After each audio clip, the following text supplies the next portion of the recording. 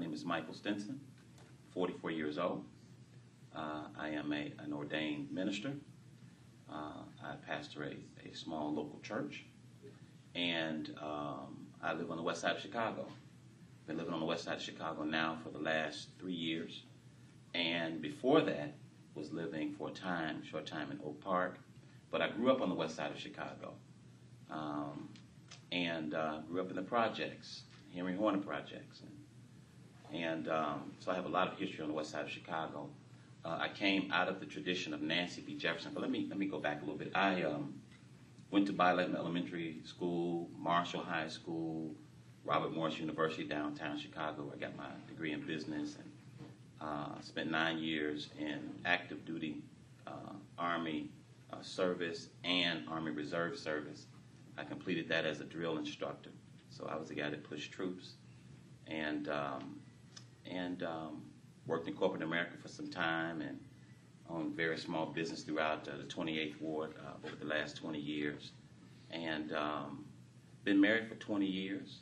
This coming June, I have 4 children that range in age from 25 down to 11.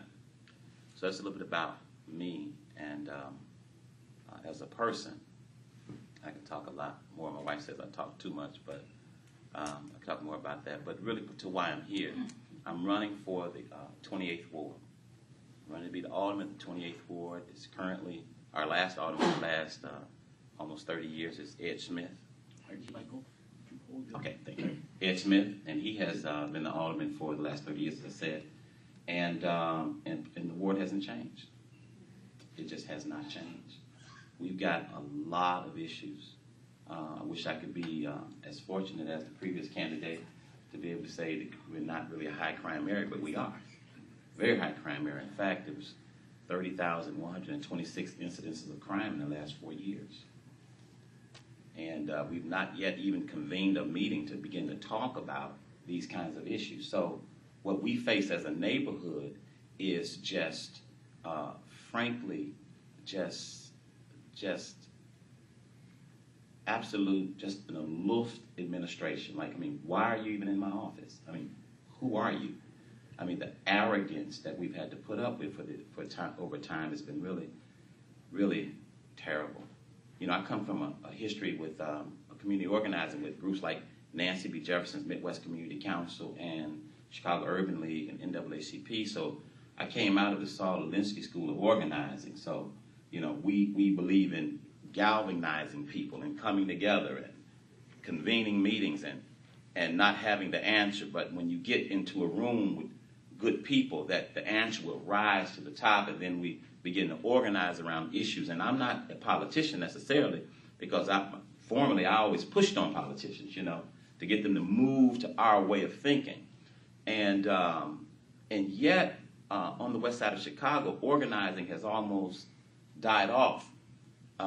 And we want to bring that back. Some of the things we've been able to do as of recent is the Put Illinois to Work program that the governor came up with as a result of the monies that was sent down from the current administration, American Recovery and Reinvestment Act dollars, $787 million, $200 million of those dollars they used to provide subsidized employment for over 26,000 people in the state of Illinois, and it was so needed. It was only a 6-month program, but it was so needed to people on the ground who were just trying to feed their families, with stores closing up, and frankly, we have no real manufacturing base. I mean, you go on the streets in my neighborhood, in the 28th Ward, down Carroll Street and up Lake Street, you just see abandoned factories for sale with no plan to put people to work.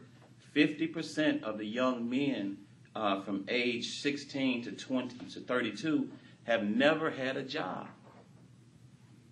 Never. That's tragic. I mean, that's a problem waiting to happen.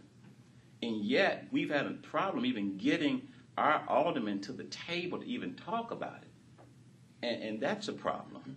So we need someone in the city council that will fight the good fight, that will take the people's issues to the city council, that will do some new things, some innovative things, You know, we want the 28th Ward to be not an eyesore to the city, but to be a story of a great comeback. I mean, we've got 1,330 businesses in the ward, yet only 3.5% to 4.6% of those businesses are owned by African American people. And yet we're 99.9% of the ward. And so typically we don't get hired, even in our own neighborhoods.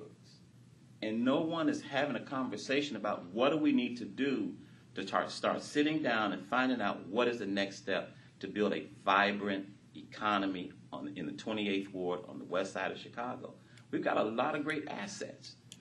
We've got the Brock's Candy Factory. I don't know if you guys heard about it, but that's a big issue where the community said, over 3,000 or 4,000 people, hey, we want a state-of-the-art educational facility in the 28th Ward that buttresses Austin and West Garfield. Well, the TIF thing again, they gave over $10 million to someone else, and then the market collapsed. So where'd the money go? And yet we don't have the kind of school with the kind of facilities that we need to really bring these young people into the new economy. There was a study that just came out about a week ago that ranked America as 17th in reading. 17th in the world in reading, 25th in math. And I think it was something like 10th or 11th in technology.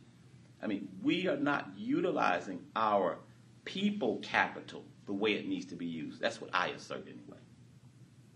So, not only that, we had 2,585 new permits pulled. So, there's work going on in the ward. There's work going on. Yet, 197 of those permits that were pulled were for new construction. Yet, of those 197 permits that were pulled for new construction, only less than 5% of those dollars went to the businesses that are in the ward and the people that live in the ward. So there's no economic plan. There's just no economic plan. And people are calling for more police and more police and more police. And yes, we need more police. We need a vibrant police force. Yet, if people don't have money to feed their families, and the foreclosure rate is, like everywhere else, it's just astronomical. I go down some of the streets, and you may find 10 board ups on one street, along with perhaps 7 or 8 or 9 vacant lots. So you may only have 3 or 4 functioning properties in some areas of our ward. And what I'm saying is that it's not over. We need new ideas. We need new approaches. We need new relationships. We need new friends. We need an overall conversation. We do not need politics. We need a relationship with the rest of the city, with the administration, and we need to start building from the bottom with ourselves. We've got some things in the 28th Ward to deal with ourselves. Like, what are we doing? It's not always, from where I come from, it's not always, I guess I'm a personal responsibility person. So it's not always what everybody else is not doing, what they should do. But it's more about what can we do together.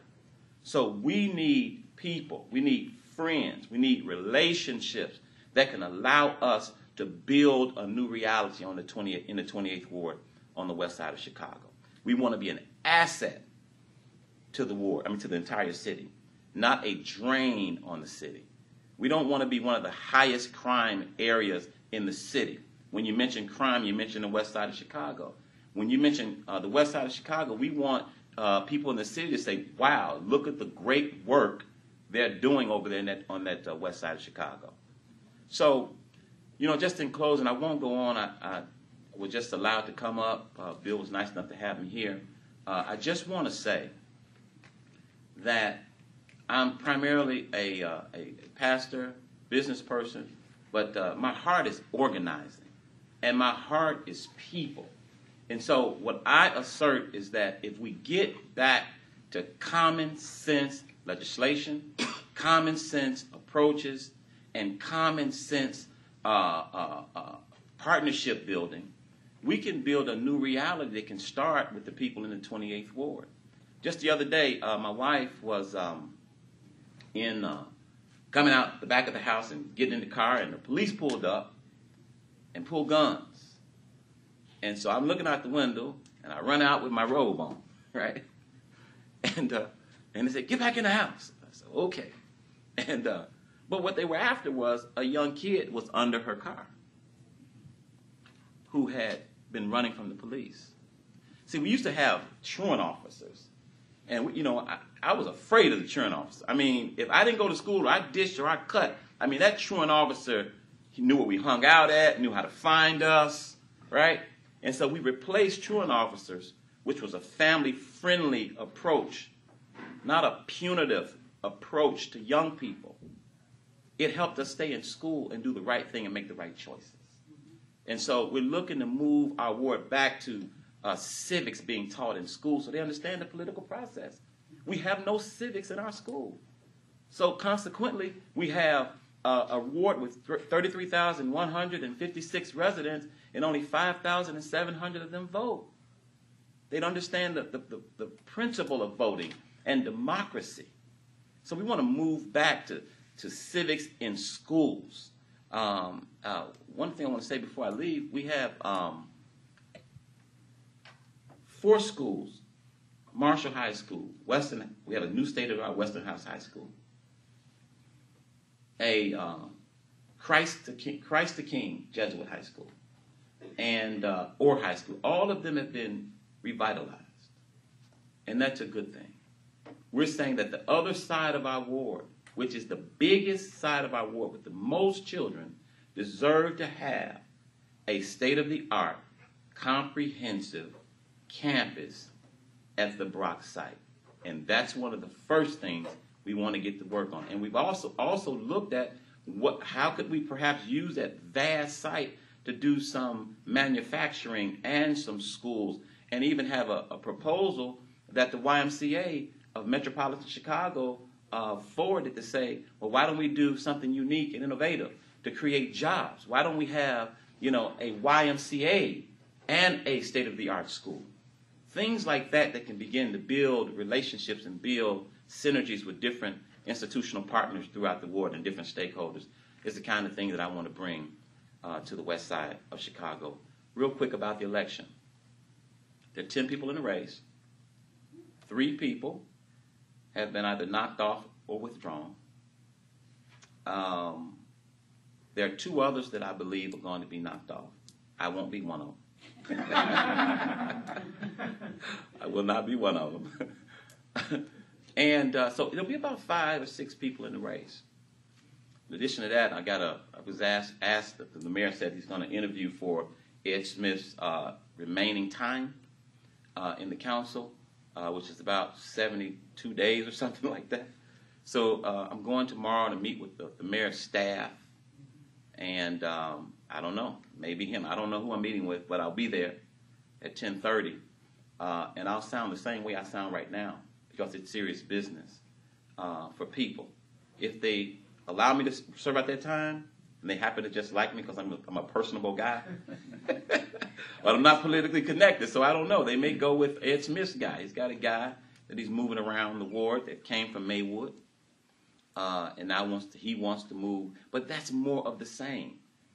What about democracy and the people choosing? I mean, this kind of cronyism and nepotism. This it's just the way it goes in this town. So we're going to fight the good fight to ensure that we get a neighborhood person that feels for neighborhood people in that spot. And hopefully it'll be me. And if he chooses to elect me as to put me in as alderman, great. I'm still going to fight as the people's choice and the people's champion. And maybe I'll be the 28th Ward alderman.